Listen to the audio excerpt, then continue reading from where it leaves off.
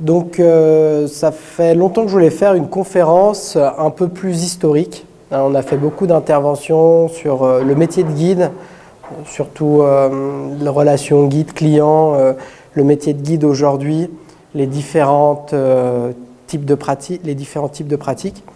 Donc je voulais revenir un peu à mes premiers amours et faire une conférence un peu sur l'histoire, et notamment sur l'histoire du Mont Blanc versant Saint-Gervais. Dominique Potard, quand il avait écrit le livre Les enfants du Mont Blanc, il avait dit en plaisantant qu'il pensait connaître l'histoire du Mont Blanc en habitant à Chamonix, et en fait qu'il s'était rendu compte qu'il n'en connaissait que la moitié. Donc c'est un peu dans ce cadre-là de parler des ascensions, du versant plutôt de Saint-Gervais. Donc bataille pour le Mont Blanc, le titre n'est pas très joyeux, surtout en ce moment. Alors je vais vous expliquer un petit peu pourquoi.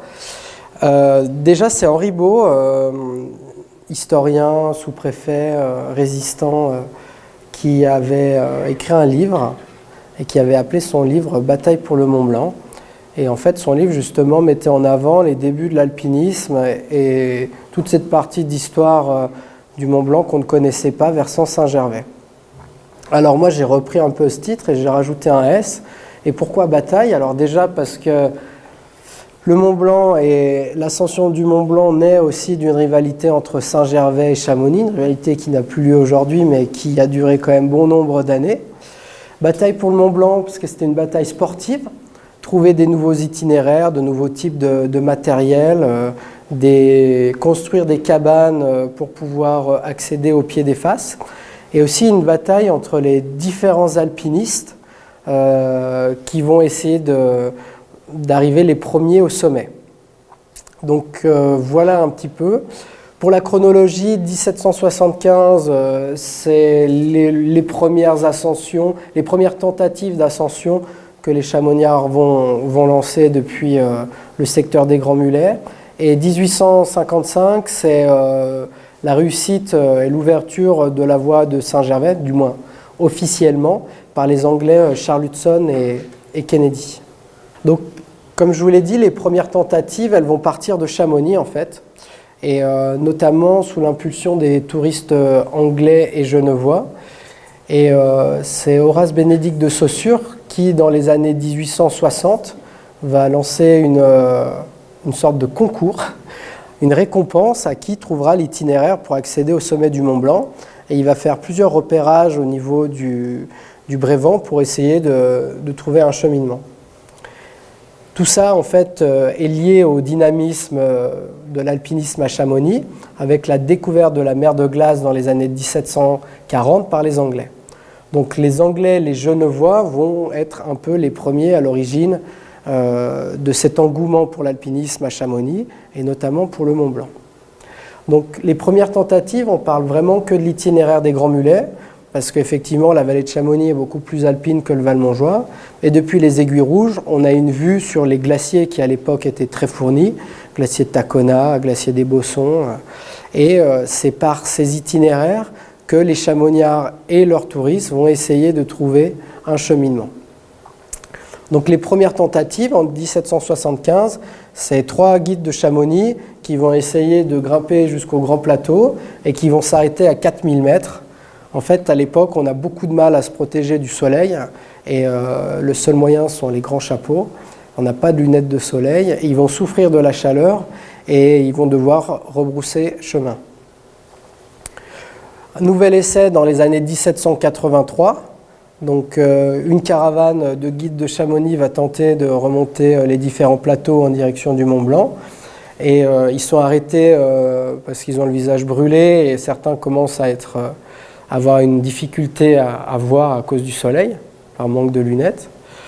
Et à leur retour, donc, ils vont conseiller aux suivants de monter avec un parasol et du parfum. Donc un parasol pour se protéger de la chaleur et du parfum parce qu'ils ont du mal à respirer. Ils pensent que ça peut aider à supporter l'altitude. On devrait en donner à nos clients peut-être.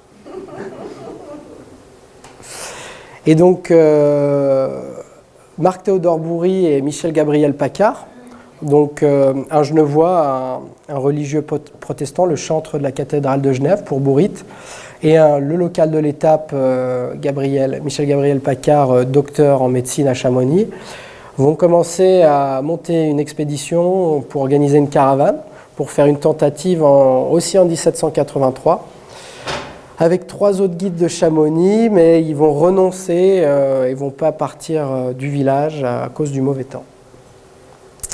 Donc pour l'instant, vraiment, on peut voir que les prémices des tentatives d'itinéraire en direction du sommet du Mont Blanc partent de Chamonix, même si déjà à Courmayeur, on réfléchit aussi à un itinéraire, et à Saint-Gervais aussi. Donc celui qui va vraiment mettre en avant ce qu'on appelle aujourd'hui la voie royale, donc pour les personnes qui ne font pas d'alpinisme, la voie royale c'est l'itinéraire donc classique pour le moment, qui part du Nid d'Aigle, donc qui part de Saint-Gervais, et qui chemine par l'aiguille du Goutet, le dôme du Goutet, jusqu'au sommet du Mont Blanc. Et donc cet itinéraire, qui est l'itinéraire Saint-Gervelin, s'oppose à l'itinéraire chamoniard qu'on appelle l'ancien passage, en fait, et qui est un itinéraire qu'aujourd'hui on prend plutôt l'hiver à ski. Avec le recul des glaciers, c'est plus compliqué l'été, et qui chemine par les grands glaciers chamoniards en direction du refuge des Grands Mulets, et ensuite petit plateau, grand plateau pour accéder au sommet du Mont Blanc. Donc cette voie qu'on va appeler par la suite voie royale, qui est l'itinéraire classique de Saint-Gervais, va être découvert par un chamoniard, ce qui est le paradoxe, et pas n'importe quel chamoniard. Donc c'est Michel Gabriel Paccard qui, voyant les difficultés de ses collègues chamoniards à tenter des ascensions depuis Chamonix, se pose la question de savoir si l'itinéraire de l'aiguille du Goutet pourrait être une solution pour accéder au sommet du Mont Blanc. Donc c'est un chamoniard qui découvre l'itinéraire de Saint-Gervais. Donc le 10 septembre 1784, il engage un guide de Saint-Gervais, Jean-Baptiste Jacquet, du hameau de la Villette. Et donc ils vont prospecter pour essayer de grimper cette aiguille du Goutet qui a été oubliée, qui n'a pas été tentée. Mais vous connaissez l'aiguille du Goutet, c'est un amas de cailloux peu stable, entrecoupé de couloirs. À l'époque, il y avait de la neige. Et l'ascension est très très difficile et il renonce à 3600 mètres face aux difficultés. Et donc en redescendant, Jean-Baptiste Jacquet assure Paccard, et à la sortie du couloir du Goutet, Paccard glisse sur une distance assez longue. À l'époque, les guides n'utilisent pas de corde, et il s'arrête in extremis au bord du précipice. Et donc il va graver son nom sur une pierre parce qu'il s'est vraiment fait peur et il a été sauvé par Dieu. Et on n'a jamais retrouvé son graffiti d'ailleurs, peut-être qu'on le retrouvera un jour. Donc tentative échouée de Paccard avec son guide Jacquet sur l'itinéraire de Goutet, mais c'est une première déjà. Rien que le fait de poser la question et d'avoir l'idée de passer par Saint-Gervais, c'est une nouveauté. 7 jours plus tard, donc du coup, les guides de Saint-Gervais, ils ont quand même senti un peu l'affaire venir. Donc ils essayent d'organiser une caravane et ils font donc François Cudet, François Gervais, toujours des guides des hameaux de la Gruve, de la Villette, de tout ce secteur, réussissent l'ascension de l'aiguille du Goutet. Donc non sans mal, mais donc c'est la première ascension de l'aiguille du Goutet en 1784. Ils ne vont pas poursuivre plus loin pour l'instant, mais on sait que cette aiguille peut être vaincue, alors que depuis la vallée, et notamment depuis Bionasset, qui est un petit peu le camp de base des ascensions, elle paraît très raide et très verticale. Donc l'Illuminé au Pierron, c'est le surnom de Marc-Théodore Bourry que Dominique Potard avait donné dans le livre Les Enfants du Mont Blanc, parce que c'est un personnage assez original. Il est passionné du Mont Blanc, et alors il n'a pas les revenus que peuvent avoir ses confrères genevois comme de Saussure. Et lui, il n'a pas non plus la forme physique, et il est passionné du Mont Blanc, et il va organiser plein d'expéditions pour essayer d'arriver le premier au sommet. Il est né en 1732 dans les Cévennes, et en fait c'est un protestant qui a fui un petit peu c'est pas les guerres de religion, mais la pression religieuse de l'époque. Il s'est réfugié à Genève et il est devenu chantre de la cathédrale de Genève. Et il va se passionner pour l'alpinisme et notamment pour le Mont Blanc, parce que vous savez que de Genève, on a une très belle vue sur le sommet du Mont Blanc. Donc il organise une tentative lui aussi en 1784 depuis Bionnassay, mais son ardeur est grande, mais ses capacités sont petites.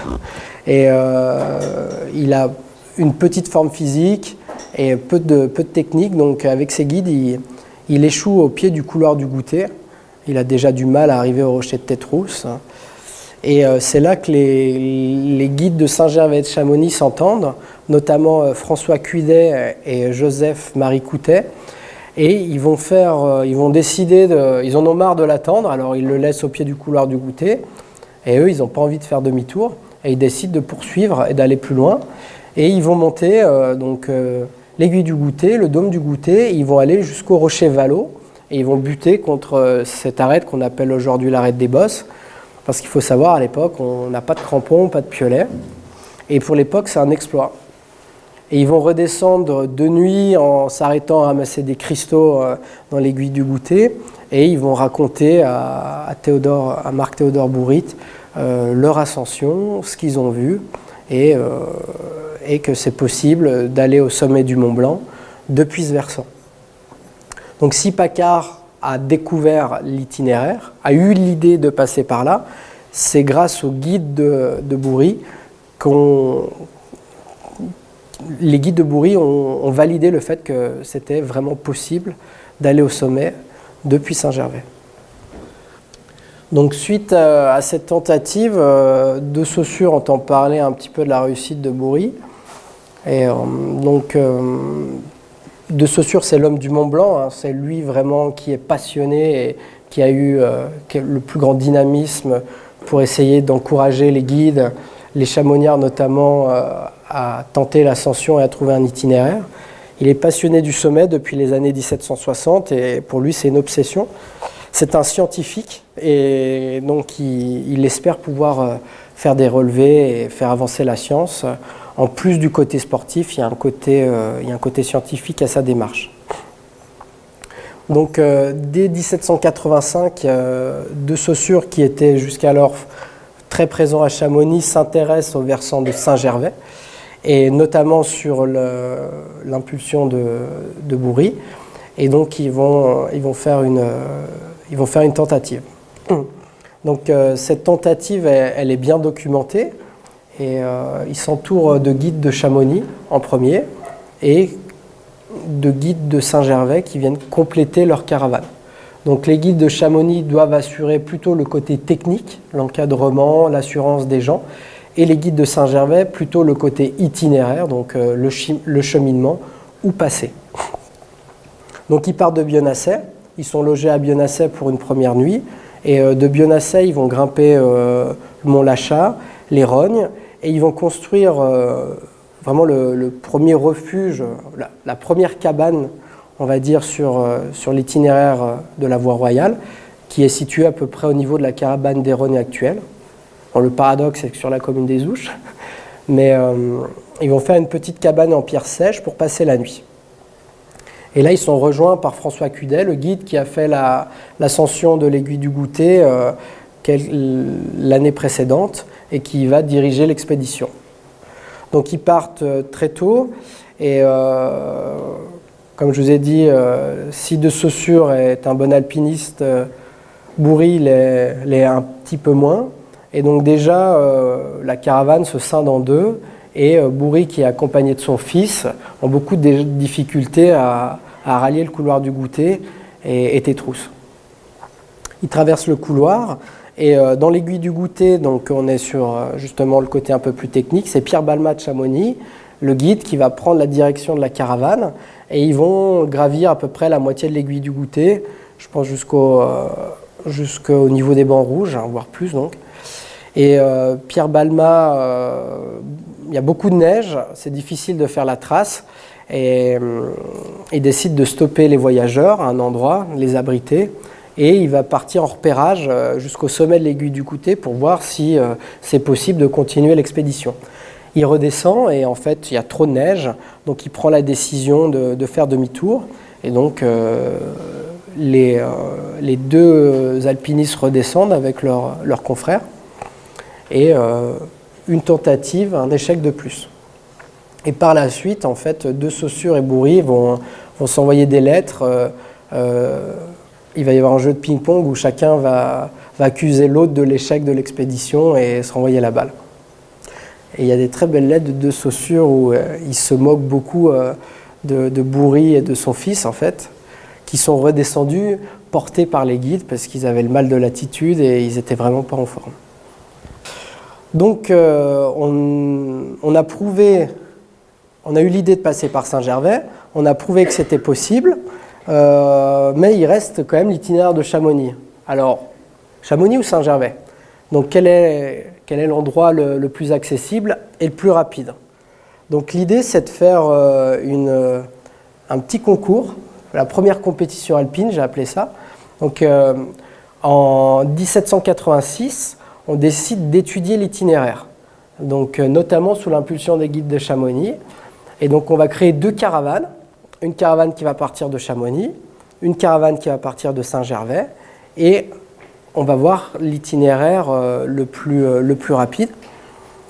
Quel est l'itinéraire le plus adapté? Donc les deux caravanes partent des différents villages et la jonction se fait au col du Dôme. Et c'est ce qui avait été décidé. La première caravane qui arrivait au col du Dôme prouvait que l'itinéraire qu'elle avait emprunté était l'itinéraire le plus accessible. Donc c'est la caravane de Chamonix qui arrive en avance et les Saint-Gervelins arrivent bien plus tard. Et donc une dispute s'ensuit en fait parce que donc les Saint-Gervelins pensent avoir fait une pause trop longue, qu'il faudrait prendre en compte, etc. Chacun s'échauffe un peu. Tout le temps se couvre, tout le monde décide de redescendre un peu penaud dans la vallée, sauf un guide qui est Jacques Balmat, qui lui, pas forcément très bien avec les uns, avec ceux de Saint-Gervais et avec ceux de Chamonix. Et il décide, lui, de partir un peu à l'aventure tout seul et d'aller repérer un peu l'itinéraire. Et donc, il va monter jusqu'au pied de l'arête des Bosses, seul. Et il va commencer à grimper l'arête des Bosses. Il raconte qu'il s'est même mis à califourchon sur l'arête des Bosses, mais que c'était trop difficile. Il décide de faire demi-tour. Et là, il est pris par le mauvais temps. Et surtout, la nuit. Et donc, il va s'abriter. Et il va passer une nuit en haute montagne. Et c'est le premier bivouac en altitude jamais réalisé. Et pour nous, ça nous paraît un peu désuet de dormir sous une pierre. Voilà, il n'y a rien d'extraordinaire. Il dort au Gita Balma, qui existe toujours aujourd'hui. Mais à l'époque, il y a plein de superstitions sur les montagnes et personne n'a jamais dormi sur les glaciers ou en haute altitude. Donc ça va un peu décomplexer les habitants des vallées. On va se rendre compte qu'il est possible donc de bivouaquer, et ce qui va réduire de moitié les ascensions.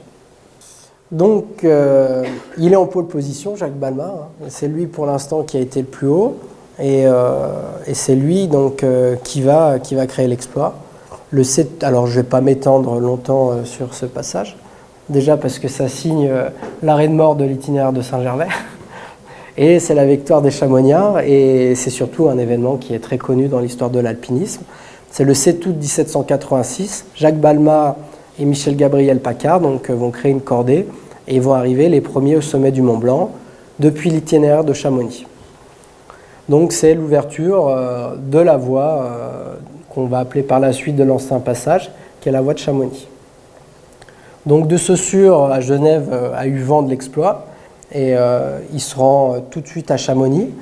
Il engage Jacques Balmat le plus vite possible et il veut faire la répétition de l'ascension. Mais il est retardé pendant presque une année par le mauvais temps.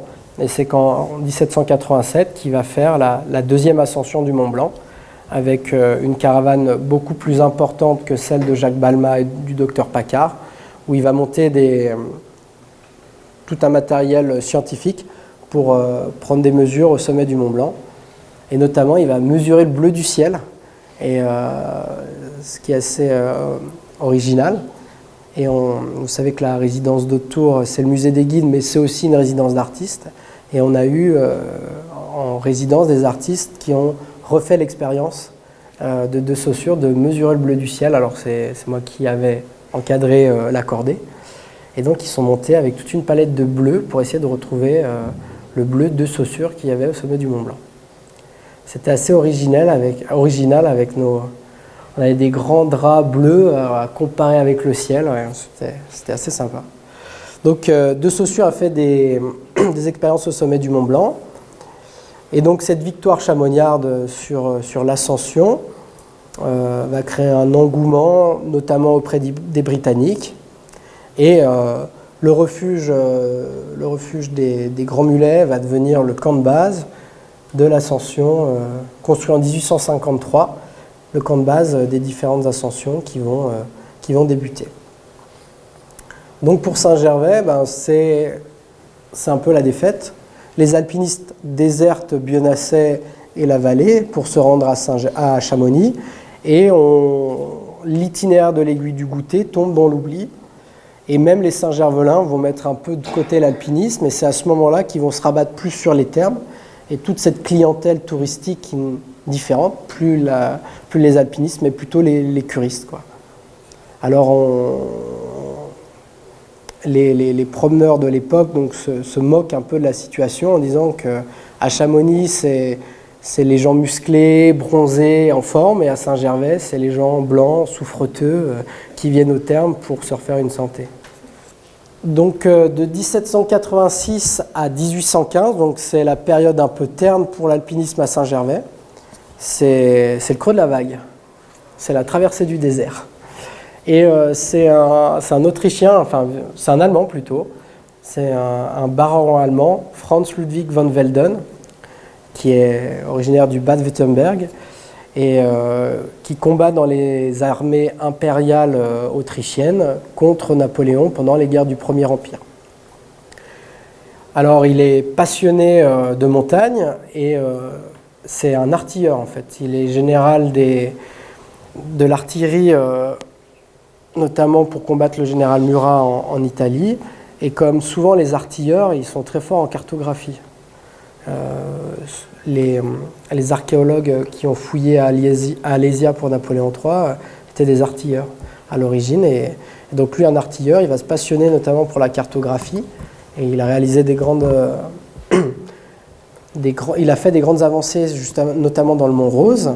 Et là, il se passionne pour le Mont Blanc. Et à la chute du Premier Empire, à la chute de Napoléon, donc il se rend à Saint-Gervais et il relance un petit peu l'idée de gravir le Mont Blanc depuis Bionasset. Alors déjà parce que le versant chamonniard est devenu une classique et il y a une démarche un peu sportive et de découverte de trouver quelque chose de nouveau.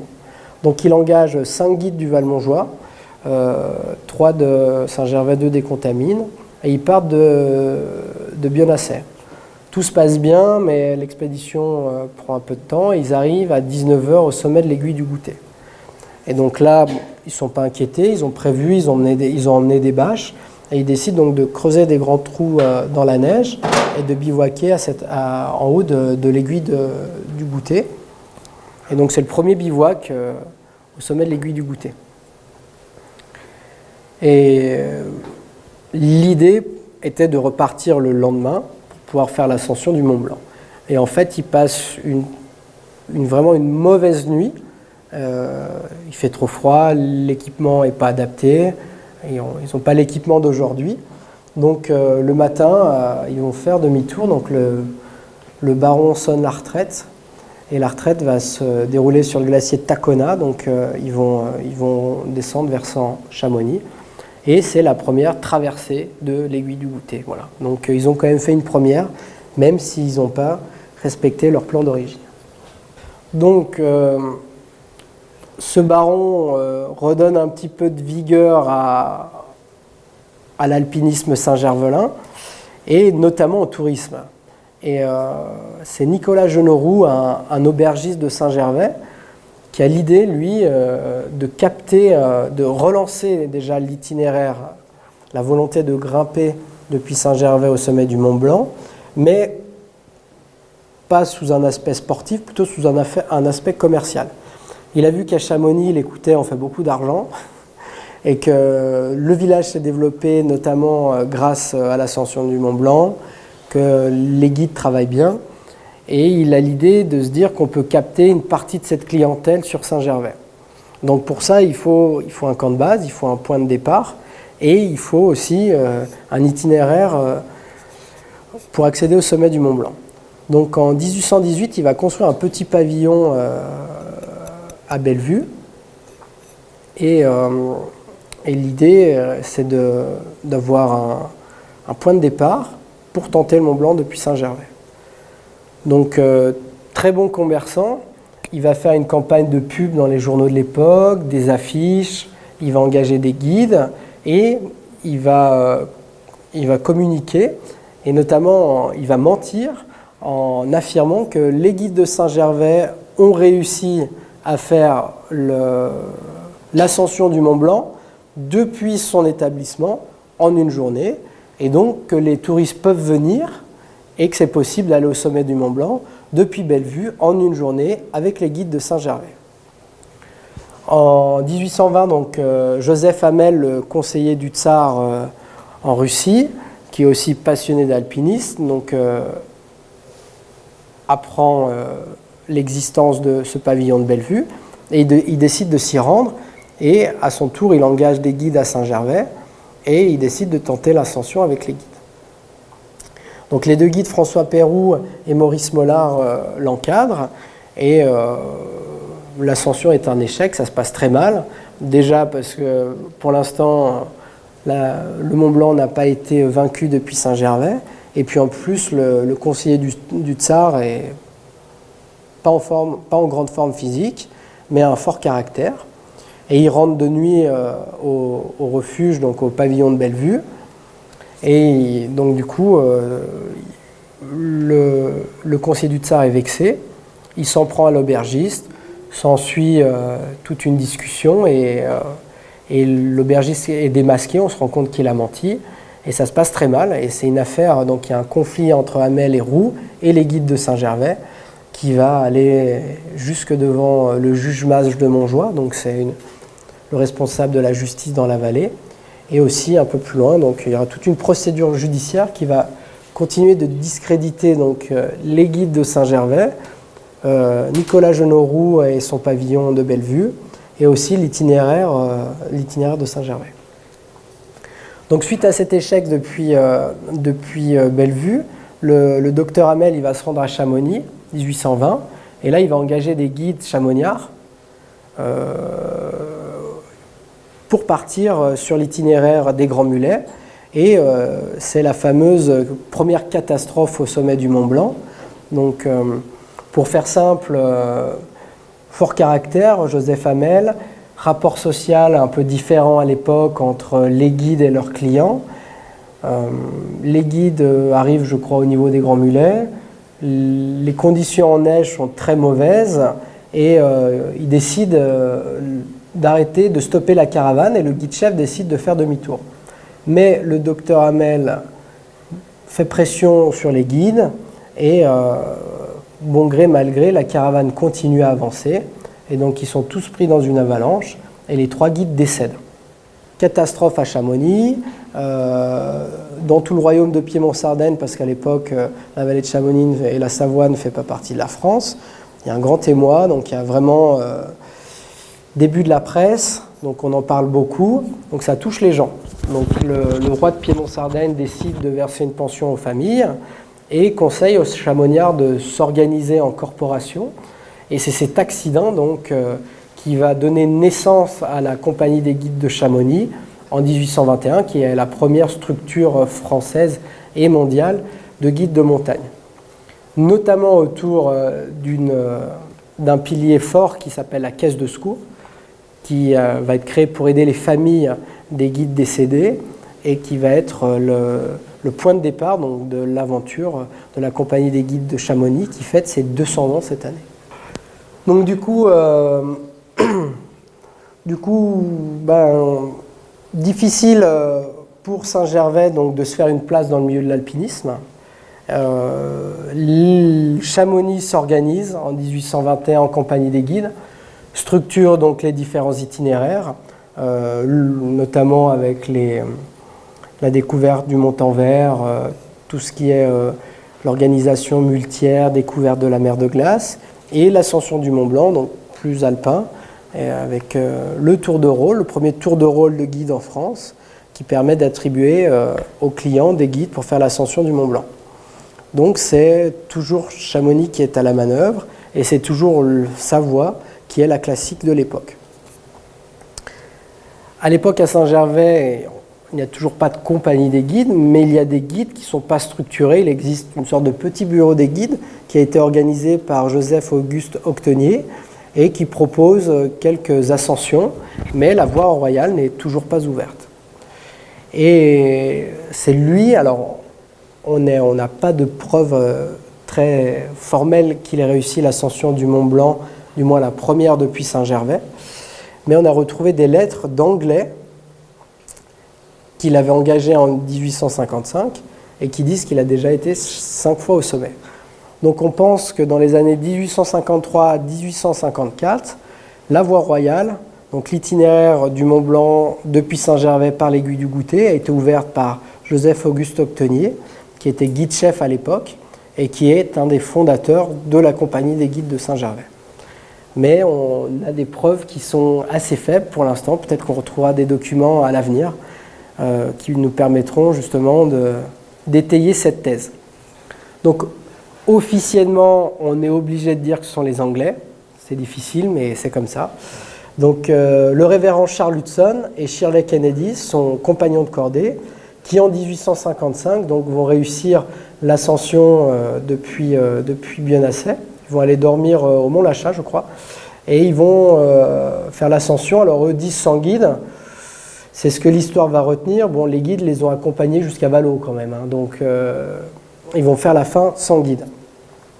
Mais alors du coup, ils font une ascension qui est différente de l'itinéraire d'aujourd'hui. Ils vont buter au pied de l'arrêt des Bosses, qu'ils ne vont pas vouloir escalader. Donc ils vont descendre pour rejoindre l'itinéraire de Chamonix, le mur de la côte, pour accéder au sommet du Mont Blanc. Donc la première ne s'est pas faite au fil des arêtes en ligne droite. Donc c'est en 1859 que le révérend Charles Hudson va revenir faire l'ascension du Mont Blanc et il va descendre l'arête des Bosses. Donc il va prouver que c'est possible de cheminer sur cette arête. Et l'intégrale vraiment classique que l'on connaît aujourd'hui, c'est 1861. Donc Francis Fox Tuckett et Leslie Stephen qui vont réaliser l'intégrale de la voie royale, donc en passant par Tétrousse, l'Aiguille du Goutet, le Dôme du Goutet, les Rochers Vallaux, l'arrêt des Bosses et le sommet du Mont Blanc, l'itinéraire qui est devenu la classique aujourd'hui. Donc ces Anglais qui sont de très bons alpinistes sont encadrés par des guides suisses. Et en plus d'être de très bons alpinistes, ils sont des très bons communicants.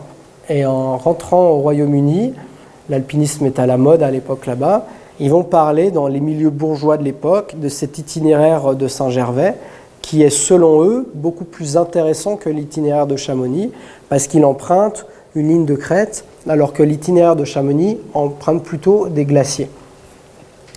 Et c'est eux qui vont mettre un petit peu à la mode donc, la voie qu'on va nommer voie royale, hein, parce qu'on surnommait à l'époque le Mont Blanc le monarque des Alpes. Et donc la clientèle britannique va doucement basculer de Chamonix à Saint-Gervais.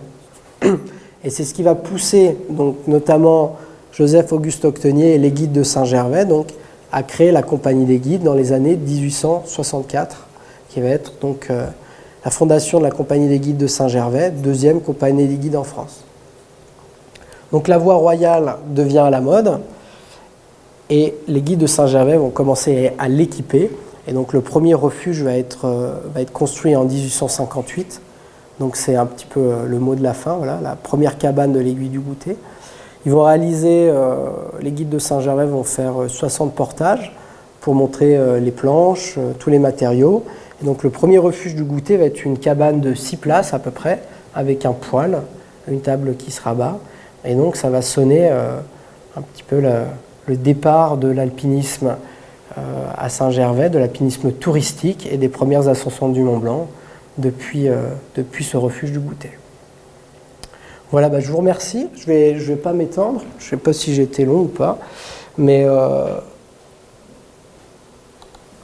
je voulais un petit peu rappeler donc ces différents faits sur l'histoire de l'alpinisme à Saint-Gervais et donc montrer en fait que ça a mis beaucoup de temps à se mettre en place cet itinéraire qui aujourd'hui nous paraît classique et qui est l'itinéraire le plus fréquenté en France ou même dans le monde. C'est un itinéraire qui accueille 30 000 personnes par été et qui donne beaucoup de fil à retordre aux guides. Donc je voulais montrer un petit peu qu'il avait été difficile de le trouver et aujourd'hui ça nous paraît évident mais qu'à l'époque c'était un vrai exploit.